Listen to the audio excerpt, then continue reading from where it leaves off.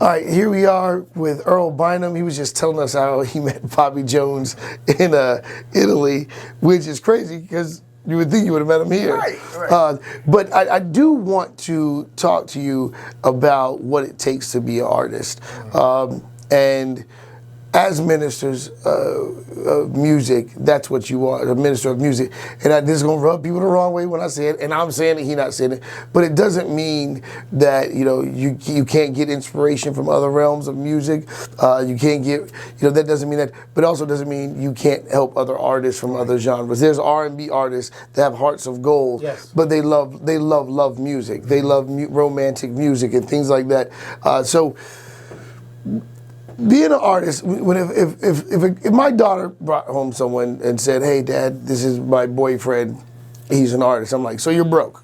You know what I mean? So you don't have any money. So you're broke, right? Is that what you're saying? Like, it's the same thing as saying entrepreneur. It's like, oh, okay, you're that guy. But the truth is, this is a real warrior lifestyle. Yeah. Because you have to take chances, you have to take risk. People don't realize the amount of things that you actually go through. What is it like from your perspective, especially being on the road at such a young age? What does being an artist mean to you? Wow. Well, I know people have different perspectives of that. To me, an artist is a creator. Mm-hmm. And that creator can be a creator of lyric content. It can be vocal. It's so many different things a creator can be. But I think a lot of artists miss the part of being humble.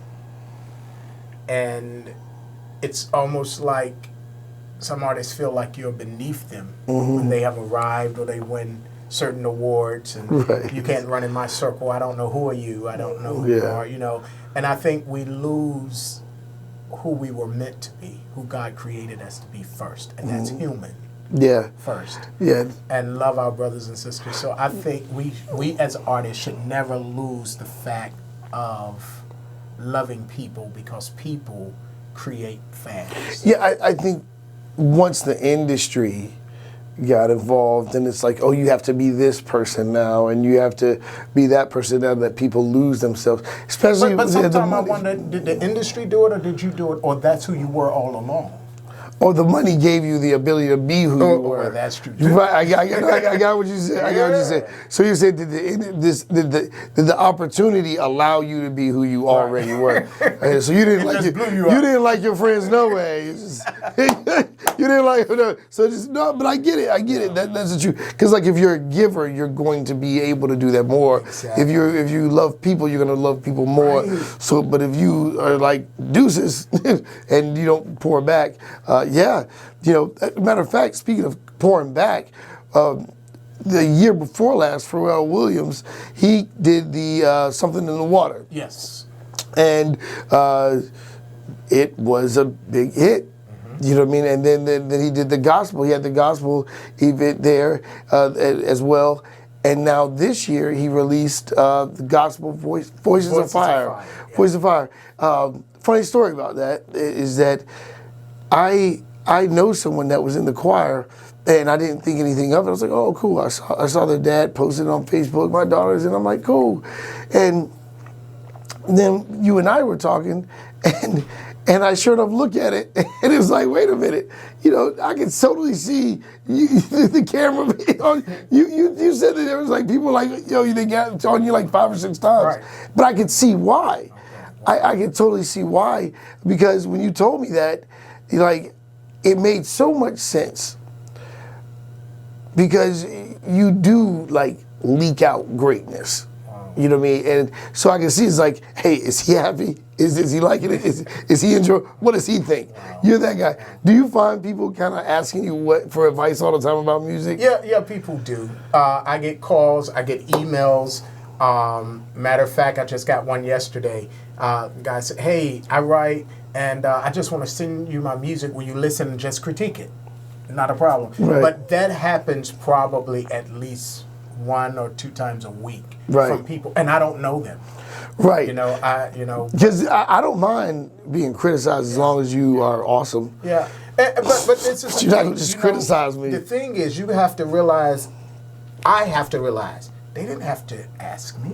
They didn't have to choose me. God didn't have to choose me. Right. So if someone can take the time and say, hey, can you listen to my music? The least I can do is listen and give them an honest opinion and not... Do you think this goes back to that humble thing? Yeah, it does. Mm-hmm. It does. Yeah. It goes right back to that.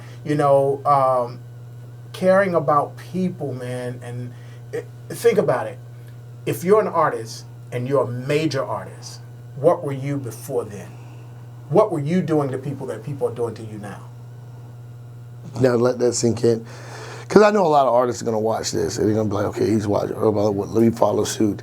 Because remember, we were once that person like, hey, can you listen to my stuff? And we're talking about listening, y'all. Yeah. Maybe 4 minutes. Yeah. Just listen. Yeah. And it does hurt, especially when you see people that you admire be dismissive with you. Yeah. That's got to be because honestly, I know you guys see these bigger than life personas on video, and sometimes you can almost imagine on radio. But here's the truth: artists, a lot of times, even the most biggest thug, the person that loves God the most, are some of the most tormented people sometimes, because truthfully, that's where that music's coming from, that place. Yeah. You know what I mean? So I just want you guys to really, when you say you want to be an artist, like he said, you're a creator, right? Like that's such a good word. And it's interesting because creators often have to create their own way. That's good.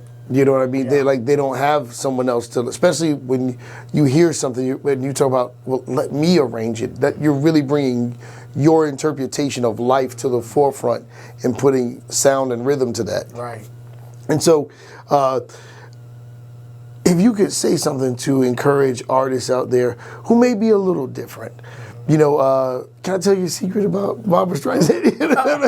Yeah, like what is? You tell them your favorite artist. My favorite all-time artist, you guys, believe it or not gospel, not Christian. It is Barbra Streisand. And people are like, huh? That don't even make sense. Yeah, it does. That's like Bishop Jake saying his favorite group is Wu-Tang Clan. I love it, man. But it's Barbra Streisand, man.